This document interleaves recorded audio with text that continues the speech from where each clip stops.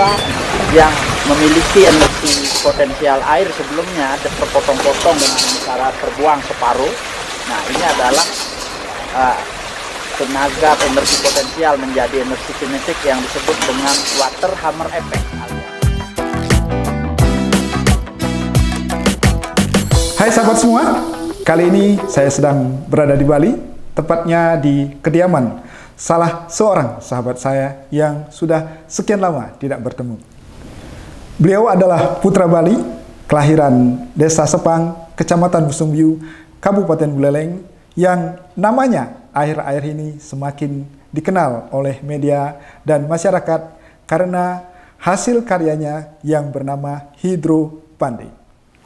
Langsung saja saya perkenalkan sahabat saya, beliau adalah Bapak Insinyur Pandey Mangku Nyoman Merdana atau yang akrab dipanggil Pak Pandey.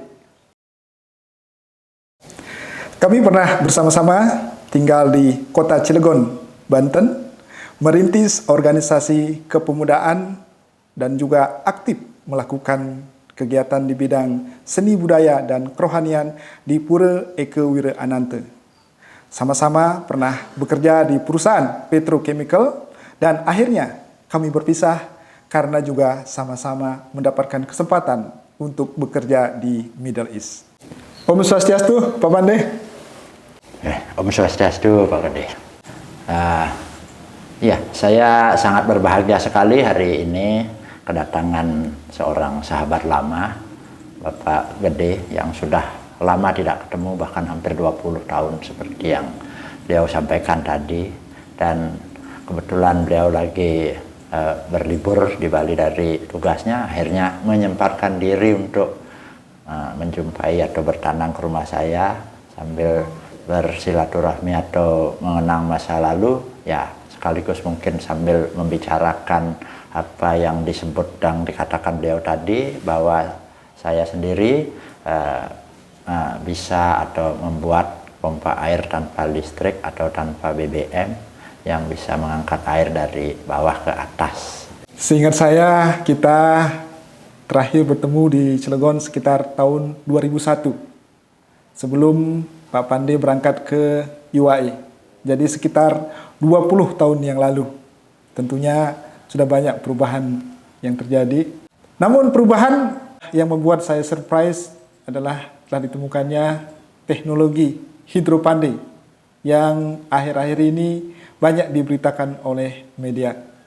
Apa yang melatar belakangi ditemukannya teknologi Hydro Pandey dan apa itu Hydro Pandey? Sebenarnya ada ide bagaimana caranya di musim kemarau yang panjang itu masyarakat bisa mendapatkan air. Karena kita seperti kita ketahui topografi atau geografis kita kan berlembah. Kebanyakan sumber air itu ada di lembah. Jadi kita itu punya ide waktu itu gimana caranya mengangkat air dari lembah ke atas. Terus kebayang kayak apa aja senangnya masyarakat itu kalau sampai air yang di lembah itu bisa naik ke atas tanpa energi listrik, tanpa energi BBM. Nah, Hydro Pandey itu adalah pompa hidram yang sebenarnya adalah hidram yang sudah lama ada, bahkan sudah diciptakan di abad ke-17 di Perancis. Ya, masuk ke Indonesia tahun abad ke-18. Pompa air tanpa listrik atau tanpa BBM itu yang sudah banyak dikenal yang disebut dengan hidram, yaitu hidrolik ram pump. Jadi air yang mengalir bisa kita manfaatkan energi potensialnya menjadi energi kinetik, yang akhirnya energi kinetiknya kita manfaatkan sebagai water hammer effect, alias palu air yang memukul tabung dengan cara kerja hidrolik, hukum Pascal, akhirnya air bisa terdorong ke atas. Saya sendiri berkreasi untuk memahami itu, kemudian akhirnya sampai menemukan kelemahannya, kekurangannya, ya akhirnya sesuai dengan perkembangan zaman kita sempurnakanlah sedikit-sedikit. Luar biasa Pak Pandey. Jadi basic technical yang dimiliki oleh Pak Pandey yang tadinya digunakan sebagai pekerja profesional di sebuah perusahaan sekarang diimplementasikan untuk kepentingan masyarakat. Nah, saya masih penasaran dengan pompa Hydro Pandey ini, Pak Pandey. Bagaimana cara kerja pompa Hydro Pandey? Kemudian apa keistimewaannya? Kenapa harus menggunakan pompa Hydro Pandey?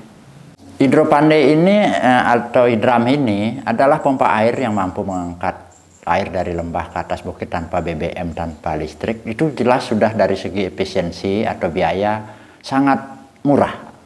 Jadi dan juga ramah lingkungan. Nah, ini yang melatar belakangi atau yang menjadi acuan di mana dengan adanya ramah lingkungan dan tanpa atau biaya yang sangat minimal ini tentu saja sangat membantu masyarakat untuk kesejahteraan, entah itu untuk air bersih atau kedepannya untuk pertanian dan peternakan, penunjang wisata dan industri.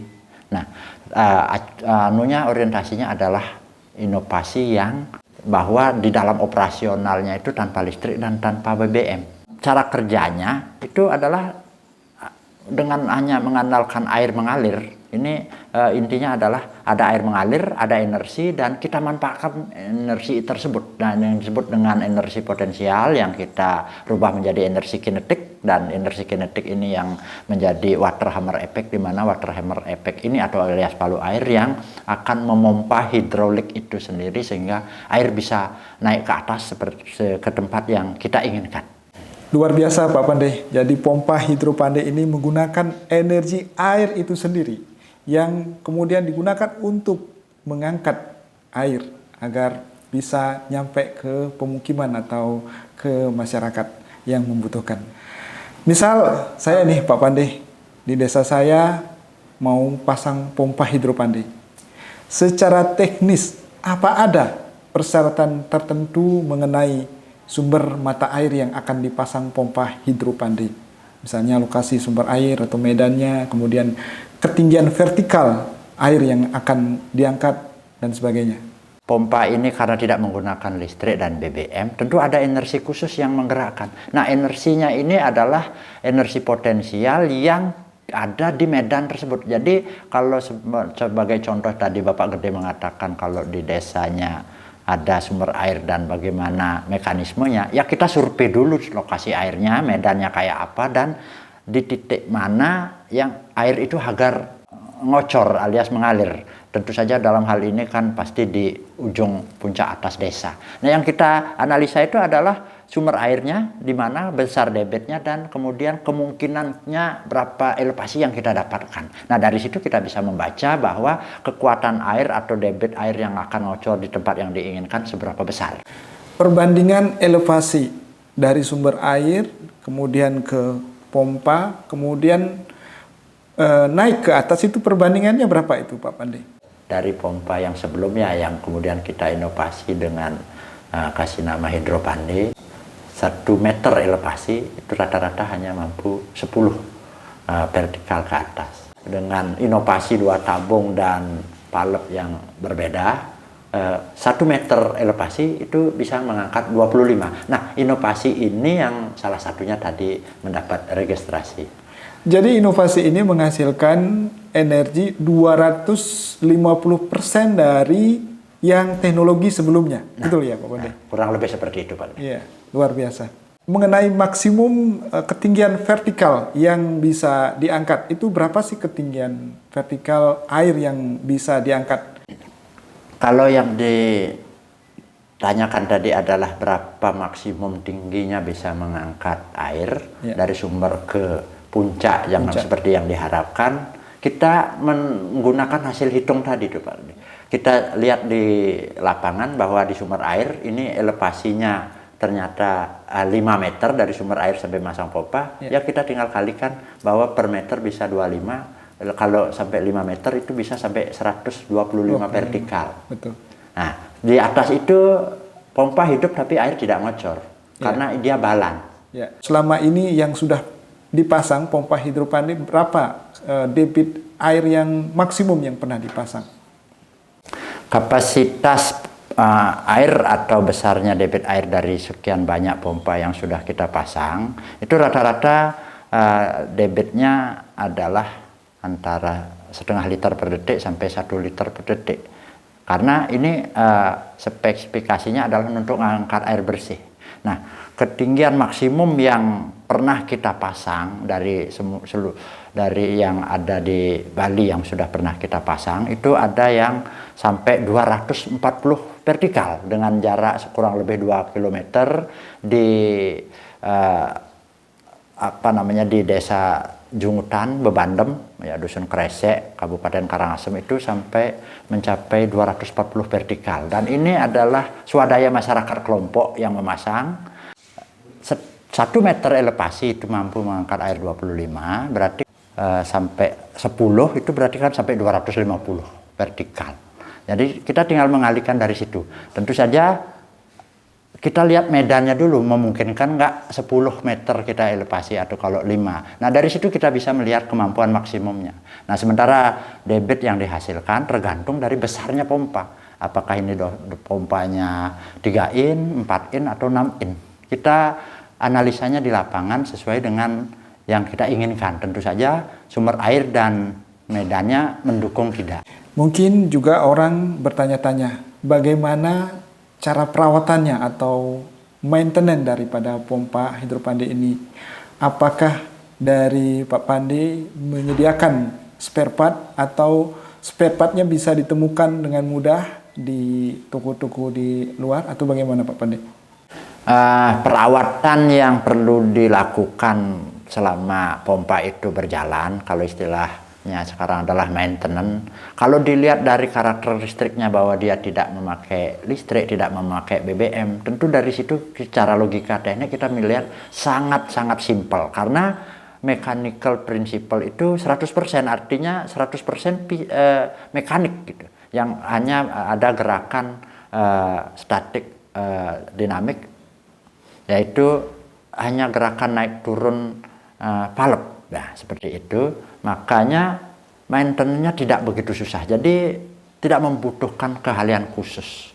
Dan biaya perawatannya tuh sangat murah karena di dalam perawatan itu ada operasional yang namanya karet valve, dan ini tidak begitu mahal di harganya karena setiap kurang lebih antara 2 tahun sampai 5 tahun baru mengganti karet sesuai dengan medan dan beratnya pompa itu bekerja. Bahkan di beberapa tempat yang sudah saya pasang, tidak sedikit yang berkomentar, oh sesederhana ini Pak. Jadi masyarakat juga sudah bisa memaintain, sudah bisa artinya memanage pompa hidropandi setelah dipasang ya? Iya, seperti itu. Bahkan memang seperti itu harapan kita. Yeah. Kita istilahnya adalah alih teknologi. Bahwa nanti pada waktunya masyarakat yang memiliki pompa yang terpasang ini akan bisa merawat, memahami cara kerjanya, akhirnya pompa ini menjadi lestari.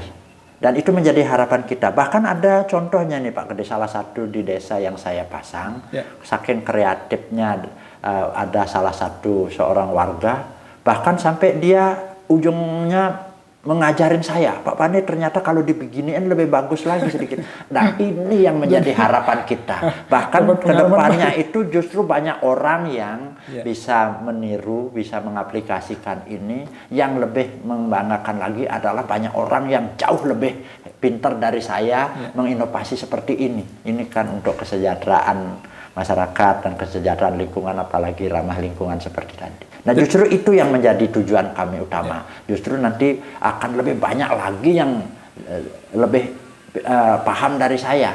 Jadi Pak Pandi tidak khawatir ya hasil karyanya diduplikat oleh orang lain? Nah, ini masalahnya berbeda ini Pak Gede. Di dalam teknologi seperti ini, seperti yang melatar belakangi saya menciptakan pompa ini kan adalah ingin berbuat. Ingin berbuat, apa sih yang bisa kita perbuat gitu. Mencoba melakukan sesuatu yang sedikit lebih berguna untuk masyarakat banyak. Nah, kalau saya temukan ini, kemudian saya ajarkan, kemudian menyebar, dan akhirnya banyak orang yang mampu menciptakan ini dan saling membantu sama lain, kemudian mensejahterakan lebih banyak, kan bukankah itu yang menjadi tujuan utamanya dari yang seperti mulia yang sekali. kita ceritakan tadi. Luar biasa. Mengenai kebermanfaatan pompa hidropande ini Pak Pande, berdasarkan permintaan konsumen dari Pak Pande, itu penggunaannya untuk apa saja ini? Sebenarnya pompa ini yang namanya juga mengangkat air dari bawah ke atas, itu sebenarnya penggunaannya itu adalah multifungsi. Entah untuk air bersih, untuk pertanian, untuk peternakan, pendukung pariwisata, industri, dan yang lain-lainnya. Cuman selama ini kebanyakan untuk air bersih. Yang sudah terpasang ini Pak Pande, sudah berapa unit pompa yang sudah terpasang dan di mana saja ini yang sudah dipasang? Nah, sampai saat ini pompa yang sudah terpasang itu di daerah di Bali itu kurang lebih 25 titik yang meliputi ada yang di Karangasem, di Kabupaten Badung, Tabanan, ada yang juga di Kabupaten Buleleng. Kalau mendengar cerita dari Pak Pande tadi, saya tidak bisa membayangkan betapa kebahagiaan daripada suatu pemukiman atau masyarakat yang tadinya mereka tidak memiliki sumber air, terutama sumber air bersih. Kemudian dengan adanya pompa hidropande ini, kemudian mereka memiliki sumber air, baik itu sumber air bersih maupun sumber air untuk lahan pertanian. Tapi karena konsumennya ini adalah kebanyakan di masyarakat pedesaan atau masyarakat terpencil, tentu akan banyak pertanyaan nih Pak Pande. Kira-kira untuk memasang 1 unit pompa hidropande itu kira-kira berapa harganya nih? Kalau boleh buka-bukaan nih. Tergantung besarnya, tergantung tipe logam atau pipa yang kita pakai, kan ada agak tebal, sedang. Nah, kita sesuaikan kelas materialnya dengan anggaran yang ada atau biaya yang ada. Bahkan selama ini kita kan mencoba untuk yang kualitas besi atau logam yang terbaik selama kita mampu. Nah, kemudian tentu saja kita akan diskusikan dengan masyarakat atau warga yang menginginkan pemasangan pompa ini tentang situasinya ini menggunakan anggaran dananya dari pribadi, dari kelompok atau yayasan, atau mungkin ada sedikit dana pemerintah yang akan dipakai. Nah, ini berbeda semua Pak. Nah, hubungannya adalah seperti yang di awal tadi, kita itu bukan itu tujuannya, alias atau bukan profit oriented, tapi pengabdian oriented. Nah, biayanya akhirnya bisa kita bicarakan. Apanya yang bisa ditekan? Kalau ada biaya seperti segini gimana Pak Pan? Oke, kita bisa dengan syarat mungkin digotong royongin masang. Hanya kita bicarakan sampai akhirnya berusaha agar bisa. Berharap jangan sampai tidak jadi akibat biaya. Semuanya bisa kita bicarakan. Nah, kecuali kalau nanti ada dana dan di bantuan pemerintah yang namanya ada laporannya, tentu saja kita akan membuat standarisasi. Ya, standarisasi yang berdasarkan konsultannya, tidak semua ada pada role-nya gitu loh. Tapi kalau di luar itu semua bisa dibicarakan. Luar biasa. Jadi selama ini hidropande ini kebanyakan yang sudah terpasang itu biayanya itu adalah biaya yang sifatnya donasi. Artinya bukan profit oriented seperti yang Pak Pande bilang tadi itu. Jadi bisa didiskusikan dengan kemampuan daripada masyarakat yang membutuhkan. Dan memang orientasinya bukan bisnis, artinya lebih banyak kepada pengabdian kepada masyarakat, atau kalau dalam bahasa Balinya, kalau bahasa Hindunya kita itu adalah meyadnya. Jadi kita tidak memikirkan di awal itu biaya, tapi bisa tidaknya, kemudian manfaatnya. Kalau di akhir ternyata terbenturnya ada biaya, baru kita bahas biayanya. Nah, selama ini pompa yang sudah terpasang yang seperti saya katakan tadi kurang lebih di 25 titik, kalau kita bagi dalam sebuah persentase, itu hanya 10% yang dengan dana pemerintah. Kemudian sekitar 50% dengan dana gotong royong. Kemudian 40% kurang lebih itu gratis, mungkin kurang lebih hampir 100%. Ada yang gratis 100%? Ya, ada. Kita berusaha itu justru. Wah, nah, sementara sampai ada yang harus dana gotong royong, ya karena saya tidak mampu 100%. Kita terus terang gitu. Kalau memang ada rezeki atau dari usaha lain mendukung untuk saya menyumbangkan pompa itu 100%, saya justru itu yang lebih bersyukur. Nah, begitu tidak ada kemampuan untuk saya harus 100%, ya kita diskusikan, kita gotong royongin. Saya masih penasaran nih Pak Pandi. Bagaimanapun juga itu kan kita butuh biaya ya. Ini untuk biaya dasarnya saja nih Pak Pandi. Untuk membuat satu pompa hidropandi, satu unit pompa hidropandi, berapa biaya dasarnya yang dibutuhkan untuk membeli material, kemudian upah daripada tenaga teknisinya dan sebagainya itu.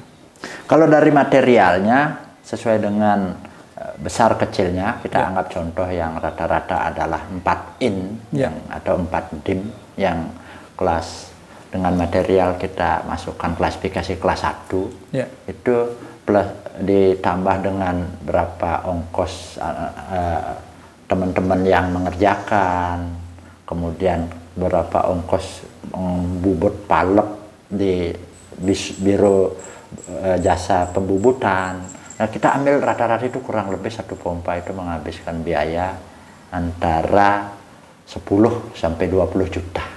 Nah, untuk berapa lama itu ketahanannya Pak Pandi?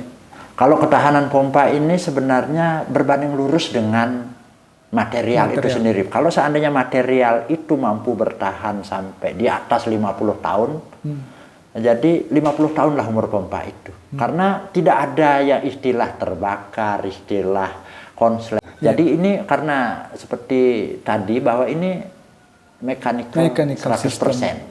Nah, tentu saja yang namanya produk mechanical 100% ini ketahanannya adalah sesuai ketahanan material itu sendiri. Nah, dalam hal ini klasifikasinya kalau dekat laut gitu karena udara kelembaban garam itu mungkin sedikit lebih pendek, tapi kalau di gunung yang jauh dari laut itu sudah rata-rata di atas 50 tahun. Yang menarik ini seperti cerita Pak Pandi tadi bahwa Hidropandi telah mendapatkan hak paten dari Kemenhum, Direktorat Jenderal Kekayaan Intelektual atau KHI. Menurut Pak Pandi, apa artinya sebuah pengakuan?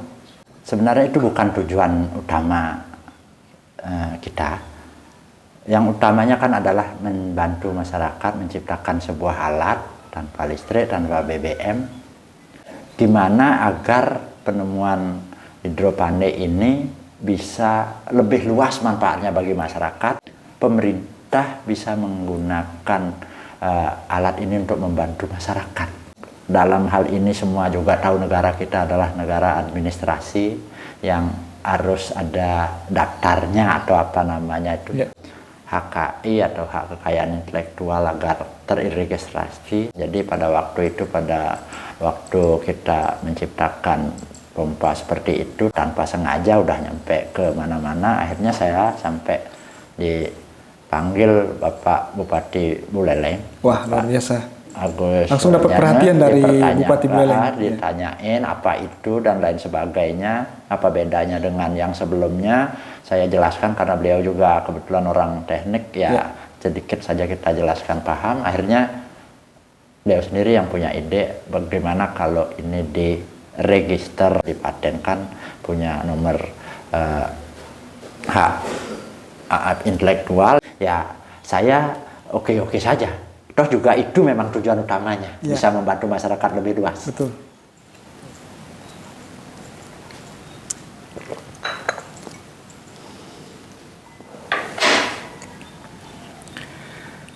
Pak Pandi, pompa hidropandi sudah banyak kebermanfaatannya untuk masyarakat dan juga sudah diakui oleh pemerintah.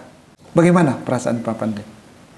Kita merasa bahagia lah, karena teknologi yang sebelumnya kita pakai untuk mencari penghasilan sendiri, kita sekarang masyarakatkan atau sekarang kita publikasikan atau kita alih teknologikan ke masyarakat agar masyarakat juga menikmati teknologi sederhana ini dengan tujuan adalah untuk kesejahteraan. Nah, ini yang sangat menjadi kepuasan batin walaupun masih dalam kapasitas kecil. Ya, luar biasa. Untuk keluar dari zona nyaman sebagai pekerja profesional di bidang petrochemical tentunya tidak mudah. Apa yang menjadi kunci sukses dari Pak Pandey bisa eksis dan tetap berkarya, berinovasi sampai sekarang? Sampai bisa dipercaya di Middle East itu kan sebenarnya tidak gampang diraih. Kemudian senyaman itu zonanya sampai harus kembali ke Indonesia, apa yang melatar belakangi. Nah, itu yang sebenarnya banyak orang yang mempertanyakan di teman, di saudara. Nah, seiring berjalannya waktu sebenarnya jawaban itu ada pada perjalanan. Jadi begitu kita sekian lama di industri, di luar negeri, apa gitu, lama-lama yang terbersit adalah kebahagiaan. Kebahagiaan, kedamaian, dan pendapatan. Yang sebelumnya kita orientasinya pendapatan. Nah, kedamaian dan pendapatan itu akan muncul berjalan waktu. Pada saat kapan kita harus mulai masuk memikirkan kedamaian dan kebahagiaan, dan saat mana kita harus tetap fokus hanya ke pendapatan saja. Nah, saya sendiri juga seperti itu. Jadi mulai berpikir bahwa cukup sekian kita pulang agar kita bisa berkarya di Indonesia atau berwira swasta. Tidak sedikit ada usaha atau pekerjaan yang bisa kita lakukan, karena berdasarkan tadi bahwa kedamaian atau kebahagiaan itu juga penting selain pendapatan. Nah, berdasarkan hasil itu saya putuskan untuk resign, kemudian mencoba melakukan wira swasta, mencoba melakukan apa yang bisa dilakukan selain pendapatan tadi, ada pengabdian, kita berbaur dengan masyarakat yang selama kita di luar negeri kita kan kehilangan itu. Kita bayar mahal kehidupan berbudaya, bermasyarakat, dengan bekerja sebagai ekspatriat tersebut. Jadi begitu kita dapat kesempatan pulang, itu juga sebuah anugerah. Kita mendapat kesempatan menjadi ekspatriat dengan mendapat kesempatan pulang dengan hati yang lapang, itu juga sebuah anugerah. Kita manfaatkan juga itu anugerah untuk menciptakan sesuatu atau berbuat sesuatu yang berguna bagi masyarakat di samping tetap memikirkan pendapatan itu. Nah, mungkin kurang lebih seperti itu, Pak Gede. Ya, artinya ada masa-masa di mana kita memang harus berjuang untuk diri kita sendiri, dan pada akhirnya juga kita akan memutuskan untuk pulang ke tanah air, dan kalau bisa seperti Pak Pandey ini bisa ilmunya diimplementasikan di masyarakat dan karya-karyanya bisa bermanfaat untuk masyarakat. Kurang lebih seperti itulah Pak Gede. Jadi ada niat, mungkin hampir semua orang punya niat untuk apa yang bisa kita lakukan, apa yang bisa kita bantu sesuai kemampuan masing-masing. Dan saya sendiri merasa sangat bahagia atau bangga ada yang bisa dilakukan. Contohnya adalah menciptakan teknologi ini. Nah, ini yang menjadi kebanggaan seperti itu. Jadi apa yang menjadi harapan kita pulang bekerja dan mengabdi. Nah, di sisi pengabdian ini saya menemukan teknologi ini. Nah, akhirnya menjadi sebuah tujuan yang terrealisasikan lah begitu saya keluar dari zona aman, pulang ke daerah, ke asal masing-masing dengan harapan agar bisa bekerja dan berbakti. Yang terakhir ini Pak Pandey, pesan apa yang ingin disampaikan kepada generasi muda, adik-adik kita, agar bisa menjadi generasi yang produktif dan inovatif? Kalau satu saja ciptaan seperti tadi sangat menyenangkan masyarakat. Bagaimana kalau banyak atau dari kita yang banyak beramai-ramai menciptakan hal seperti ini walaupun tidak sama dalam konteks yang berbeda, tapi semuanya sangat berguna bagi masyarakat dalam berinovasi. Jadi mari kita bantu masyarakat kita dengan ilmu-ilmu yang kita miliki dan sebisa mungkin jangan menyerah. Berusahalah melakukan sedikit lebih dari yang sudah ada. Sehingga kemajuan itu kan berasalkan dari setiap peningkatan atau sesuatu penemuan atau penciptaan yang lebih dari yang sebelumnya. Entah sekecil apapun itu. Kita kan semuanya mulai dari yang kecil. Walaupun meskipun saya sendiri ini juga sebenarnya masih kecil dan masih awal apa yang saya lakukan. Gitu. Jadi harapannya adalah kalau memang ada niat atau pemikiran agar apa sih yang sebenarnya yang harus kita lakukan nanti kalau pulang atau sebelum pulang pun gitu. Apa saja yang karena kita tidak bisa dipaksakan harus sama seperti ini. Kita apapun itu yang tujuannya adalah memang bisa membuat atau bisa dipakai untuk yang lebih bagus. Seperti contohnya adalah energi alternatif atau peningkatan hasil pertanian atau hasil peternakan, penemuan-penemuan seperti itu. Ya, mari kita abdikan gitu. Seperti itu agar demi kesejahteraan masyarakat kita sendiri, lebih-lebih kalau ada manfaatnya bagi negara atau secara lebih luas gitu. Kalau saya minta Pak Pandi untuk menyebutkan kata-kata inspiratif yang bisa dibagi berkaitan dengan perjalanan karir Pak Pandi dari awal hingga sekarang. Apa kira-kira?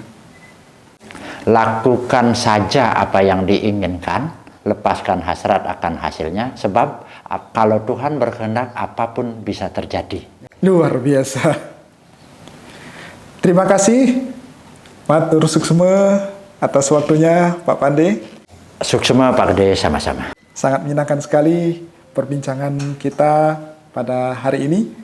Semoga Pak Pandi selalu dalam lindungan Tuhan Yang Maha Esa, Ide Sang Yang Widiwasa, senantiasa diberi kesehatan, keselamatan, dan kesuksesan. Dan tentunya semakin banyak karya-karyanya bisa bermanfaat untuk masyarakat. Demikian tadi perbincangan saya bersama Bapak Insinyur Pandi Mangku Joman Merdana, salah satu tokoh inspiratif dari Bali. Semoga perbincangan kita hari ini bisa bermanfaat untuk sahabat semua, khususnya bagi adik-adik generasi muda yang senang berinovasi. Salam sehat dan sukses selalu.